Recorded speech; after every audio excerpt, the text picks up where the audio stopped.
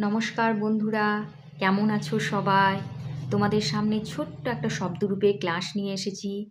কোন কোন ধরনের স্বরান্ত পুংলিঙ্গ, স্ত্রীলিঙ্গ ও ক্লীবলিঙ্গ শব্দের রূপ কোন কোন শব্দের মতো হবে তা আমরা একটা ছকের সাহায্য দেখে নেব।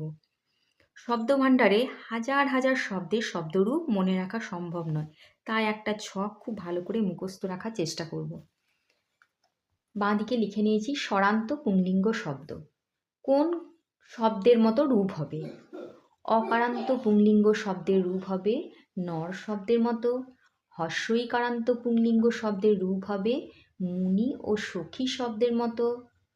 দীর্ঘইকারান্ত পুংলিঙ্গ শব্দের রূপ হবে সুধী শব্দের মতো। হস্যৌকারান্ত পুংলিঙ্গ শব্দের রূপ হবে সাধু শব্দের মতো। ঋকারান্ত পুংলিঙ্গ শব্দের রূপ হবে দাত্রী ও পিতৃ শব্দের মতো। ঔকারান্ত পুংলিঙ্গ শব্দের রূপ হবে গো শব্দের মতো। এবার স্বরান্ত স্ত্রীলিঙ্গ শব্দ কোন শব্দের মতো রূপ হবে? আকারান্ত স্ত্রীলিঙ্গ শব্দের রূপ হবে লতা শব্দের মতো, ব্যতিক্রমে জরা আছে। হস্যইকারান্ত স্ত্রীলিঙ্গ শব্দের রূপ হবে মতি শব্দের মতো। দীর্ঘইকারান্ত স্ত্রীলিঙ্গ শব্দের রূপ হবে নদী, ব্যতিক্রমে আছে শ্রী, স্ত্রী, এইসব শব্দ। হস্যৌকারান্ত স্ত্রীলিঙ্গ শব্দের রূপ হবে ধেনু শব্দের মতো। দীর্ঘৌকারান্ত স্ত্রীলিঙ্গ শব্দের রূপ হবে বধূ ও ভূ শব্দের মতো।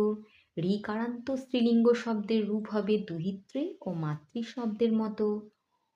ঔকারান্ত স্ত্রীলিঙ্গ শব্দের রূপ হবে গো শব্দের মতো। এবার ক্লীবলিঙ্গ শব্দ। অকারান্ত ক্লীবলিঙ্গ শব্দের রূপ হবে ফল শব্দের মতো। হস্যইকারান্ত ক্লীবলিঙ্গ শব্দের রূপ হবে বাড়ি ও অক্ষী শব্দের মতো। হস্যৌকারান্ত ক্লীবলিঙ্গ শব্দের রূপ হবে মধু শব্দের মতো। এই ছকটা আমরা খুব ভালো করে মুখস্থ রাখবো, তাহলে আমাদের কাজে লাগবে। যদি ভালো লাগে অবশ্যই চ্যানেলটাকে সাবস্ক্রাইব করবে এবং তোমার বন্ধুদের মধ্যে ছড়িয়ে দেবে। ভালো থাকবেন।